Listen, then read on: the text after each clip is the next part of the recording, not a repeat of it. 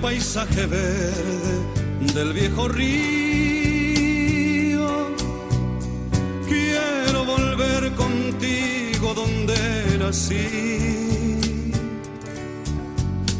Quiero escuches el canto de las chicharras, tomaran hoja.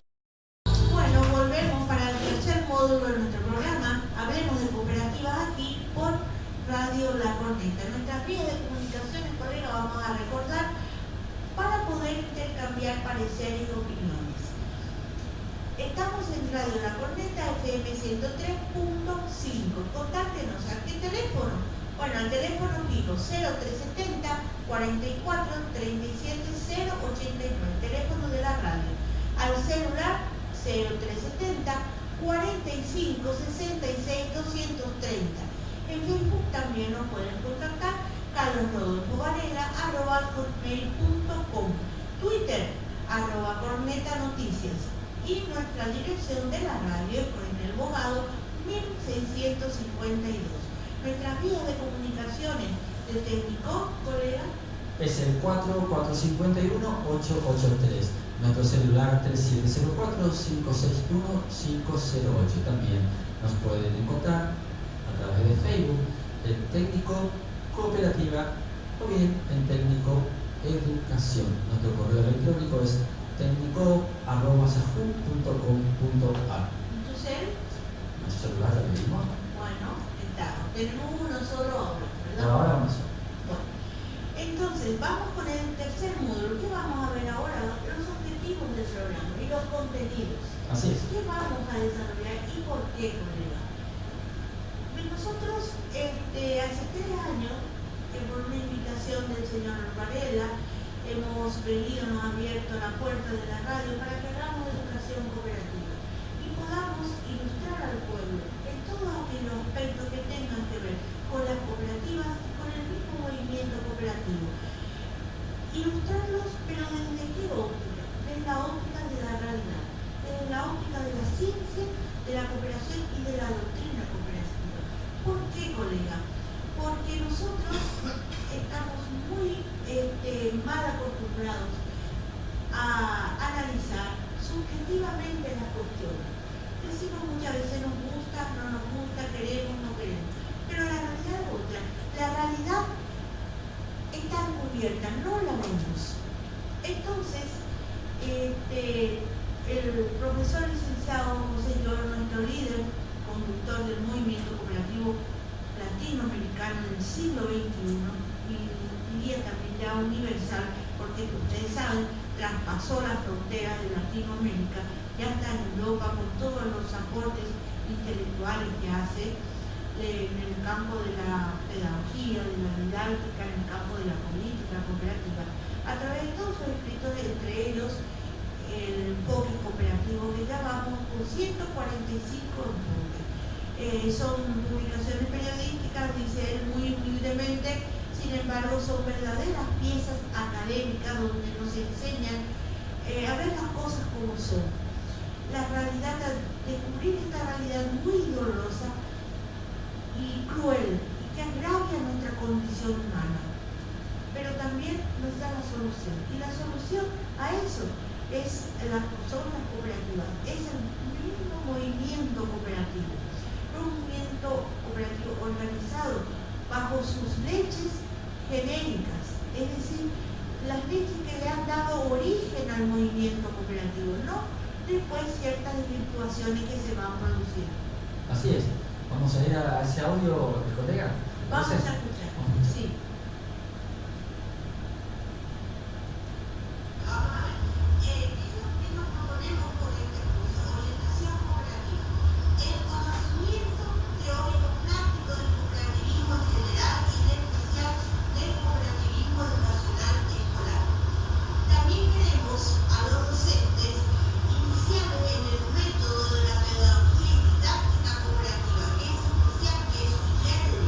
Es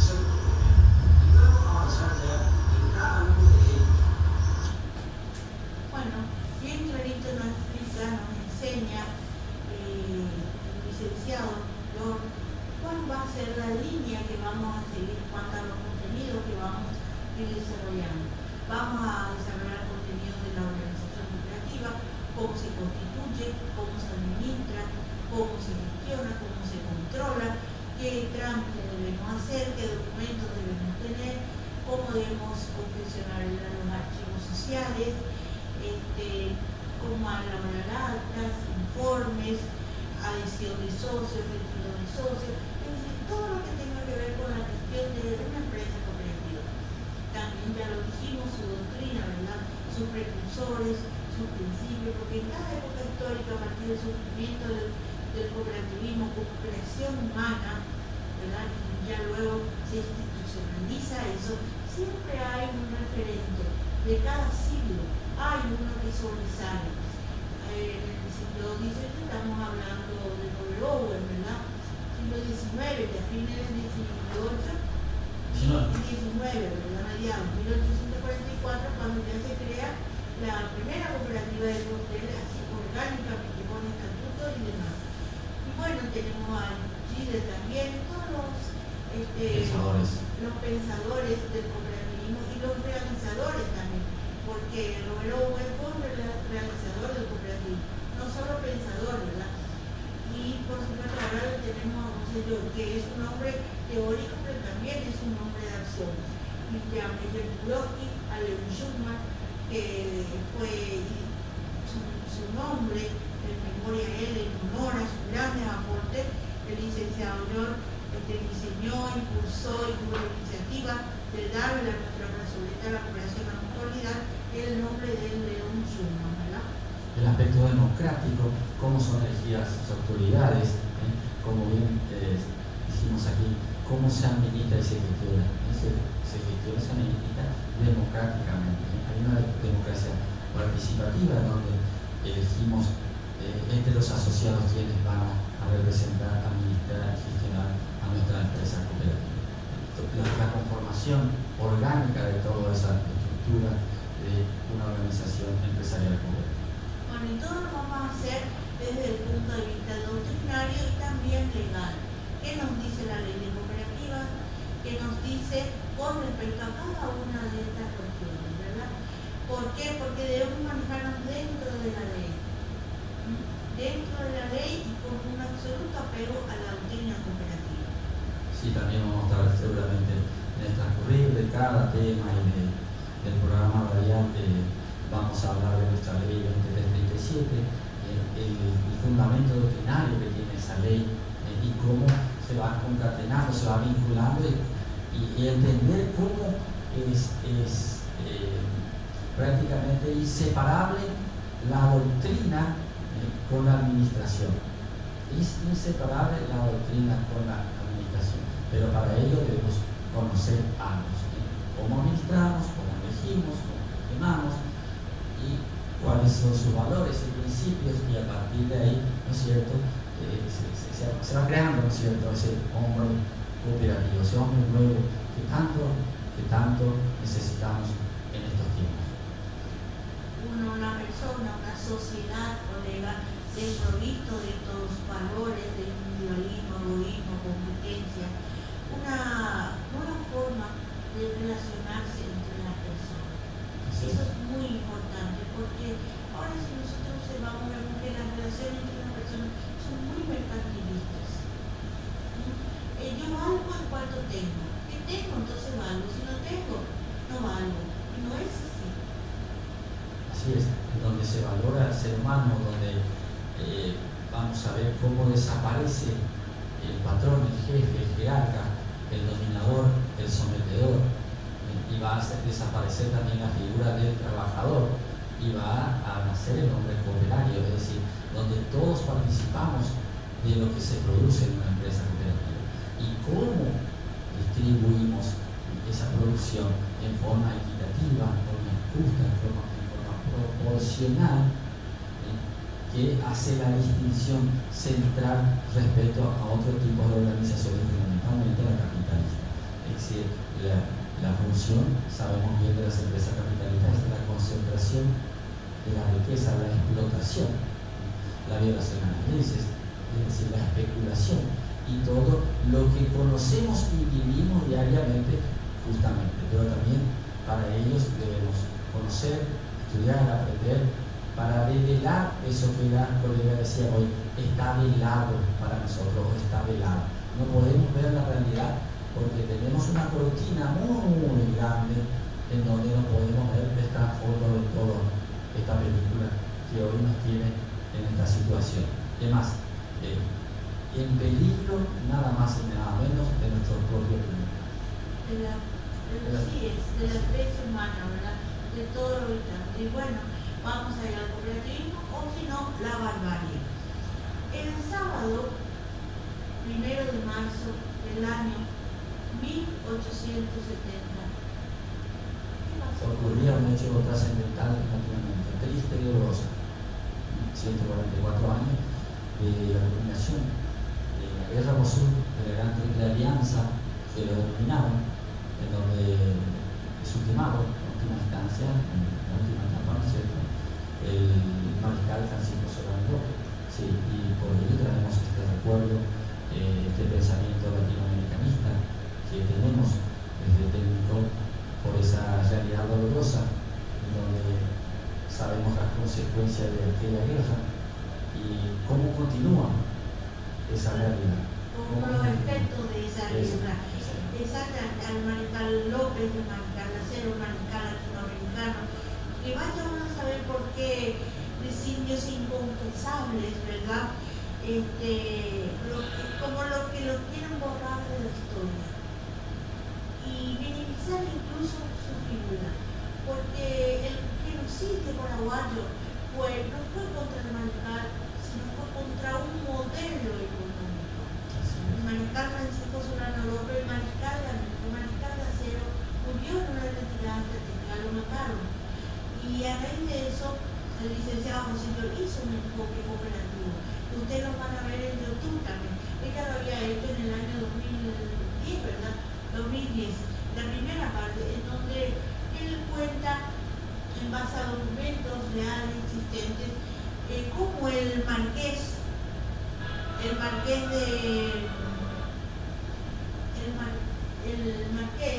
que en ese momento estaba en el Brasil al frente de esa batalla, le informa al monarca brasilero, Carlos II, si mal no recuerdo, Pedro II, sí, le informa sobre esta situación. Entonces nos dice un señor, como maestro de escuelas, considero, ¿sí?, imprescindible utilizar provechosamente el generoso espacio periodístico y dar a conocer esta historia para que forme, para develar a aquellos trasnochados. Su objetivo no es levantar rencores, como él mismo nos dice, sino para conocimiento que hermano y oriente, como hoy bien le dijiste, las actuales circunstancias, es decir, hoy. Entonces, yo les recomiendo, por razones de tiempo y nuestra programación no nos da, pero les recomiendo que ustedes busquen en YouTube y van a encontrar enfoque cooperativo sobre la guerra Guazú. Y ahí ustedes van a encontrar qué fue lo que pasó. Él lo dice bien claro y que fue un pueblo heroico, que le siguió a su comandante hasta las últimas consecuencias. ¿Por qué? Porque creían en él. Si nosotros hacemos una semblanza de eso, el nombre del marqués es el marqués de Caxias, mariscal del ejército en la guerra contra el gobierno del Paraguay. Y el emperador, como bien lo dijiste en Brasil, es Pedro II. Ese es el marqués de Caxias, quien estuvo a su cargo toda la parte militar. Y él mismo lo reconoce, ¿verdad? Claramente lo reconoce como ese soldado paraguayo, a qué puntilla, todo el pueblo paraguayo fue un soldado paraguayo. Y lo siguió al mariscal hasta la última consecuencia, porque sabía que si se perdía militarmente la guerra, se perdía ese modelo económico que no era más que otra cosa, un mal ejemplo para toda Latinoamérica, y había que aniquilarlos. Fundamentalmente para los imperios europeos, en ese momento el gran desarrollo industrial era Inglaterra, y naturalmente que ese proyecto independentista, ese proyecto independiente que nace en 1811 por las Guerras de Francia iba a durar más de 50 años. Y eso es lo que mataron, eso es lo que se propusieron y aniquilaron, y dejaron a un pueblo devastado. Y la conciencia del pueblo paraguayo era tal que acabamos de fundamentar, justamente. Es decir, si un pueblo es consciente de su deber, de su destino, de las realizaciones, es la forma en que sigue y lucha. Ese pueblo heroico paraguayo luchó hasta las últimas consecuencias, en donde quedaron poquísimas mujeres embarazadas, niños y ancianos. 100.000 hombres quedaron. 100.000 hombres quedaron, ancianos y niños en su gran mayoría. Y el duque Estacio, cuando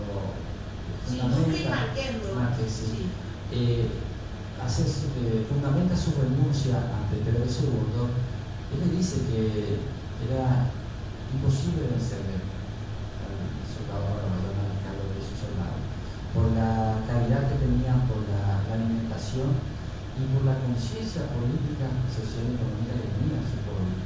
¿Cómo terminó el Marqués, el comandante? Naturalmente que lo fusilaron.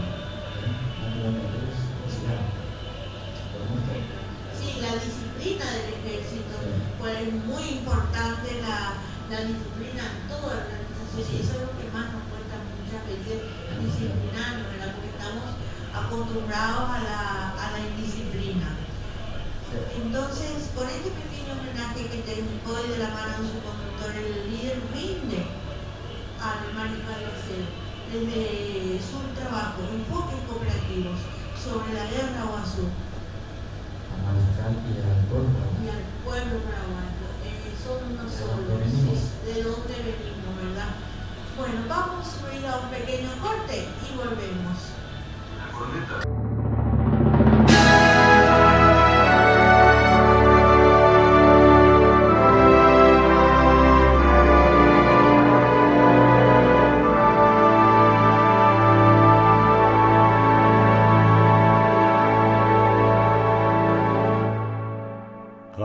Campamento, campamento,